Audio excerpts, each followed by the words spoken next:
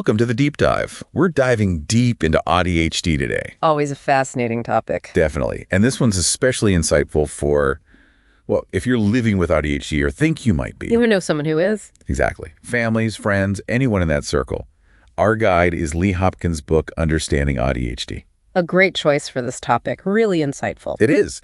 Packed with fascinating stuff. For example, what's that? Did you know descriptions of AuDHD-like traits have been around for centuries? Like way before we even had formal diagnoses? Oh, absolutely. The history goes way back. Hopkins does a great job of tracing that, evolution in the book. He does. Yeah. Which helps us understand just how intertwined autism and ADHD really are. Okay, so let's go back in time a bit. Back to the beginning. Right. Hopkins talks about Hans Asperger and Lorna Wing as like pioneers in the field. Yeah. What's so important about their work for how we understand AuDHD today? Well, both Asperger in Vienna and Wing in the UK were observing and documenting these behaviors in children who, well, today we'd probably recognize as having AuDHD. Fascinating. And this was back in the 1940s. Wow. Really? Long before AuDHD was even, like, a term. So they were seeing these patterns but didn't have the language. Didn't have the language or the diagnostic tools that we have today. Exactly. And it wasn't really until the 1970s that Wing and her colleague Judith Gould introduced the idea of the triad of impairments. I remember that from the book. It was about social interaction, communication, and imagination. Yeah, you got it. Now, of course, the imagination piece has evolved into what we now understand as restricted and repetitive behaviors. Right. But even still, that model was huge. I can see how that would be like a turning point. It really shifted the view of autism from a single condition to this, like, spectrum idea. I can see how that opened up a whole new way of thinking about it. And it was pivotal in recognizing that autism shows up in so many different ways. So many different ways. Okay, this is where it gets really interesting for me. Yeah. The 1980s. The book talks about how neuroimaging completely changed the game. Oh, yeah, absolutely. It's like we could finally peek inside the brain. Literally. It gave us physical evidence of the neurological differences that underpin both autism and ADHD. No more guesswork. It was a game changer. And around the same time, new editions of the DSM. The Diagnostic and Statistical Manual. That's the one. They started incorporating these new understandings of autism and ADHD. So how did that impact how these conditions are actually diagnosed? Well, it had a big impact on how diagnoses were made, shifting the focus from outward behavior to underlying neurological differences. It feels like we're getting closer to the present now, where so many people still struggle with that actual diagnosis of AuDHD. Yeah, and it is a complex process. One of the biggest challenges, which Hopkins also talks about, is the lack of, well, there aren't really any standardized tools to assess for both autism and ADHD simultaneously. Like a single test. Yeah, unfortunately not. So often they have to use separate instruments. And that can't give a full picture. Right, which is why it's not as simple as just ticking boxes on a checklist. It's way more nuanced. Way more nuanced. And to add to that, Hopkins points out how cultural and linguistic differences add another layer of complexity. That makes sense. Like what might be considered typical in one culture could be seen as a red flag in another. Right. It's important to consider those factors and not jump to conclusions based on any one behavior or trait in isolation. And it's also not always easy to spot AuDHD, especially if someone doesn't fit that typical mold we might have in our heads. Absolutely. And that's why it's critical to be aware of how it can present in those who might be older or female, or even from diverse backgrounds where they might be overlooked or misdiagnosed, based on those preconceived notions. Absolutely. And that brings us to something that really stood out to me in the book. Oh. The personal stories. Those firsthand accounts of living with AuDHD felt incredibly powerful. I agree. And what's so amazing about those narratives is they paint a much richer and more human picture than, just clinical definitions alone. For sure. Like the book talks about masking. A really important concept. It was super insightful. Can you break down what masking is for those who might not be familiar? Sure. Imagine feeling overwhelmed in the social situation. Lots of people, loud noises. Exactly. But instead of, say, expressing that discomfort, you force yourself to smile and engage in conversations, even though you're internally struggling. It's like putting on a performance. Exactly. And masking can help individuals navigate certain situations, but it definitely comes at a cost. Like what? Well, it can lead to exhaustion. That makes sense. Anxiety, and even a sense of, like, living a double life. It sounds incredibly draining. It can be. especially for those who are constantly trying to fit in and meet those neurotypical expectations. Right, and that can lead to even more challenges, like delayed diagnosis. Especially for women. Which the book talks about a lot. Right, and for women who might have been masking for years, finally getting that diagnosis can be validating. But I imagine it can also bring up a lot of complex emotions. Absolutely. It can be like finally getting a map after you've been wandering lost in the wilderness for years. Relief, but also maybe some frustration. Exactly. Relief, frustration, even grief for some people. Wow. That really highlights how important it is to understand those diverse paths people take to understanding their own neurodiversity. Absolutely. It's not a one-size-fits-all experience. Definitely not. And, reading all of this just gave me so many aha moments. I can imagine. And one of the biggest was when the book shifted gears to those unexpected strengths that often come with AuDHD. Oh, yes. It's so important to remember that it's not just about the challenges. For sure. There's a whole other side to the AuDHD experience. Totally. Like that intense focus some people have, that hyperfocus. Right. And that's a perfect example of how some traits, like hyperfocus, can be both a challenge and a benefit. It's like having a superpower. It really is. And Hopkins even mentions figures like Elon Musk, who attributes some of his success to his ability to, hyperfocus intensely on projects. So it's about harnessing that power. Exactly. And this ties into the larger concept of neurodiversity, which the book emphasizes so much. And I love that. It's about celebrating neurological differences rather than viewing them as deficits to be fixed. It's about recognizing that every brain is wired differently, and that's a good thing. Precisely. And it's so encouraging to see this neurodiversity movement gaining traction. Yeah.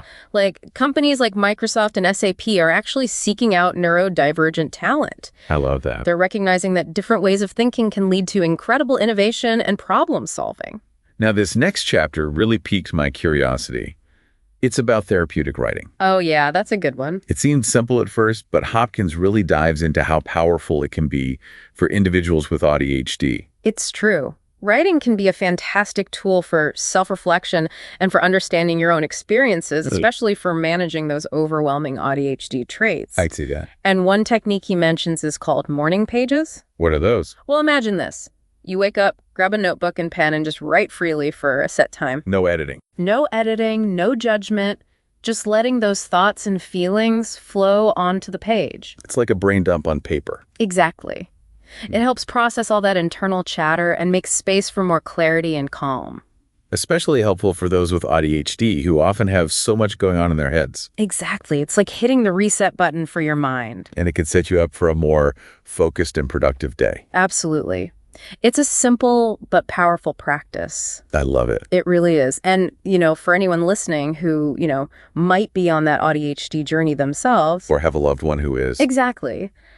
Those personal accounts in the book are so valuable. They are. It really hit me, especially the part about women often getting diagnosed later in life. Right. It happens more often than you might think. The book talks about how emotionally challenging that can be. Yeah, it's a lot to process. It's like finally you get a map, but you've already been wandering through this maze blindfolded for years. That's a great way to put it. Helpful, but also makes you think, why didn't I have this sooner? Exactly. And those mixed emotions are so common in the stories that are shared in the book, Yeah, I can imagine. Relief, but also frustration, grief even. It makes sense though, right?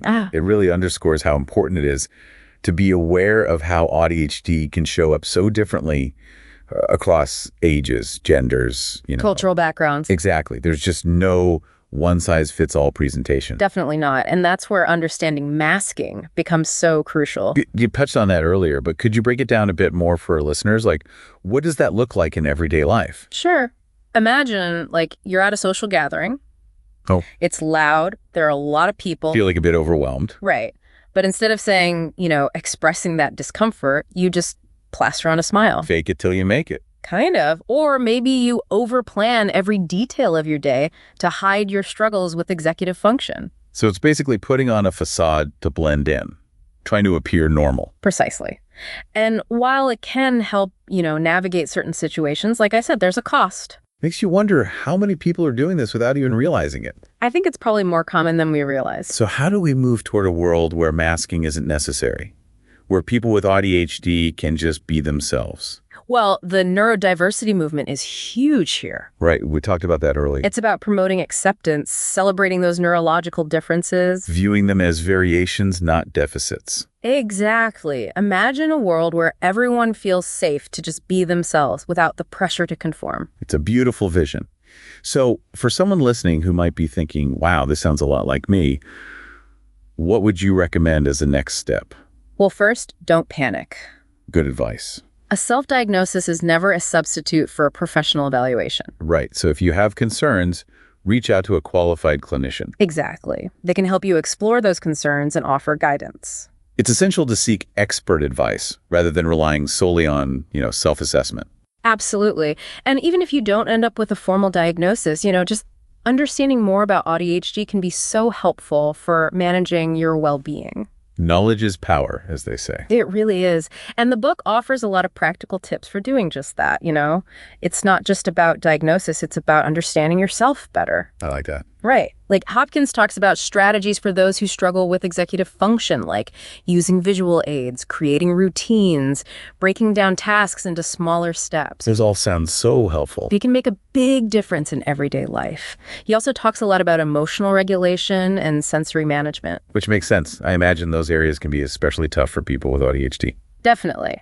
Hopkins suggests things like mindfulness practices, creating sensory-friendly spaces. And don't forget exercise. Right. Incorporating movement into your routine, things that can help, calm the nervous system. So it's really about finding what works best for you and creating a lifestyle that supports your needs. Exactly. And remember, it's not all about managing challenges. The book also dives into those unexpected strengths that often come with AuDHD. I'm glad, because we talked a lot about the challenges so far. I know. It's important to highlight the positives, too. Absolutely. So we've talked about hyperfocus. What are some other strengths that the book mentions? Well, Hopkins talks about creativity, innovation, problem solving, all of that.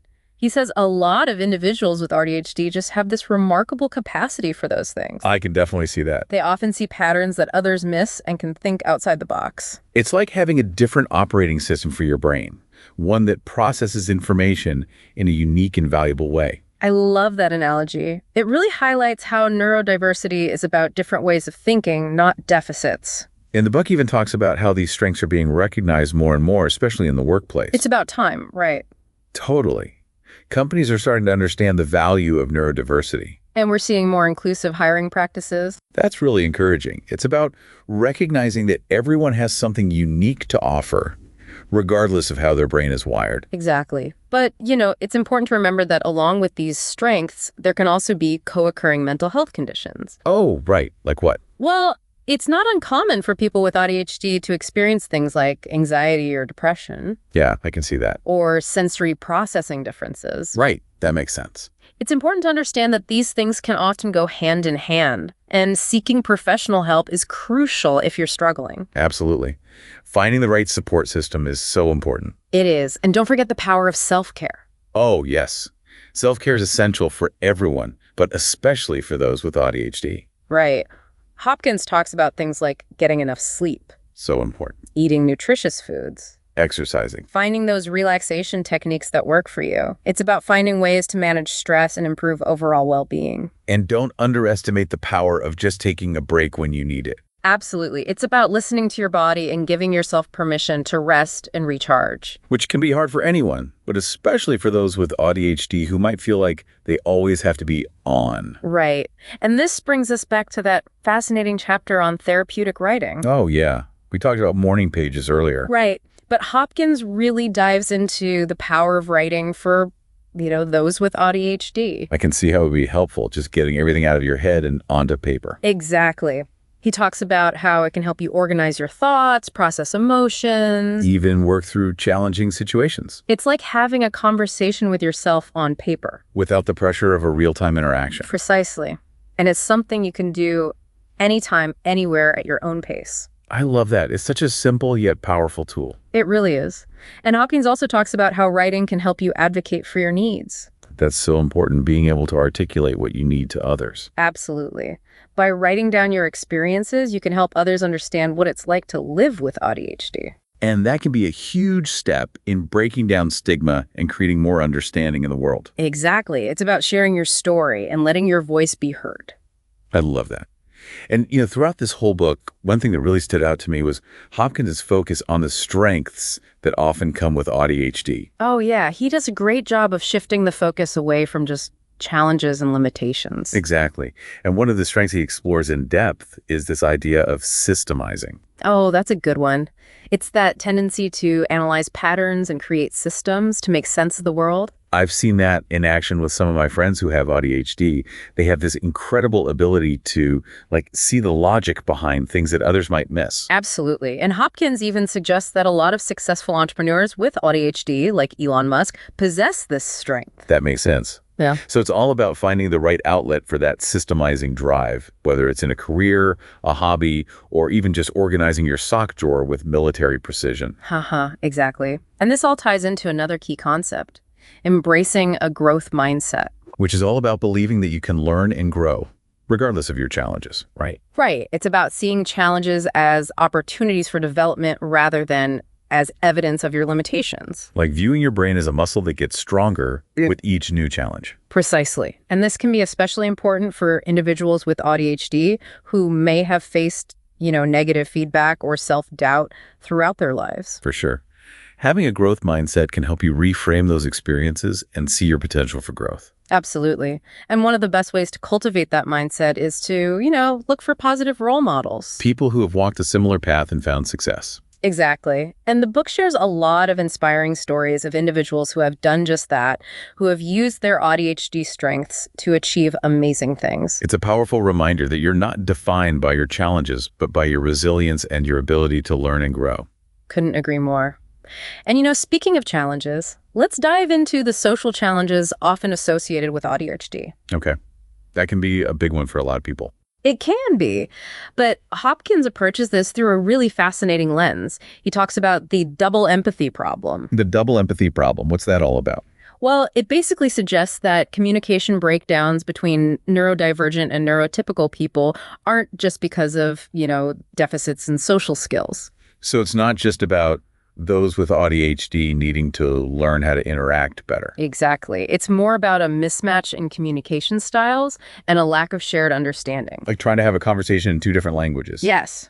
A perfect analogy. You're both using words, but the meaning gets lost in translation. Exactly. And this theory encourages us to see social challenges as this two-way street, Where both sides need to make an effort to understand each other. Absolutely. And that's where Hopkins' emphasis on self-advocacy comes in. Being able to articulate your needs. Exactly. And it's also about recognizing that it's okay to ask for support.